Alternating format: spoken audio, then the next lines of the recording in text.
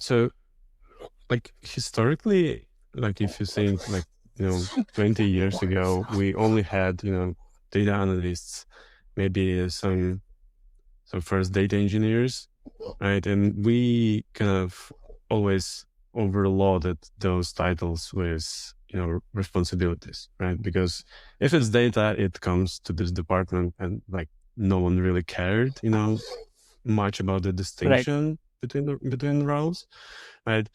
But I think like at some point we figure out that, okay, probably we need to distinguish, who does what.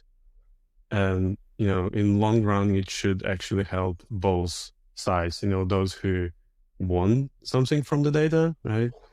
And the people who work in data, right? So, and that's Right. why, first we started, we've had a data scientist, right? This special person who works, with uh, early AI, early machine learning, neural network, stuff like that. And then, okay, and then we said like, there is too much overload on data analysts and data engineers in the front of, you know, um, dashboards, right? So we said, okay, we need BI engineers, right? And then BI engineers said, okay, I'm too stretched. I work on BI tool, but I also need to work on data modeling, right?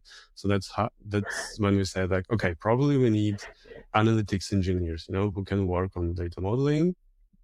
So, and this always like every step, we actually reduced the scope for, one role, but we increased, the depth, right? So now one specialist Right. can, be specialist in one domain, in one topic, which means that we are not, spread thin on the data stack.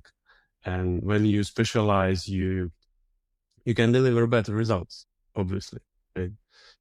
Because you're not doing the work that where you're not excellent, right? You only um like you only improve your field of work,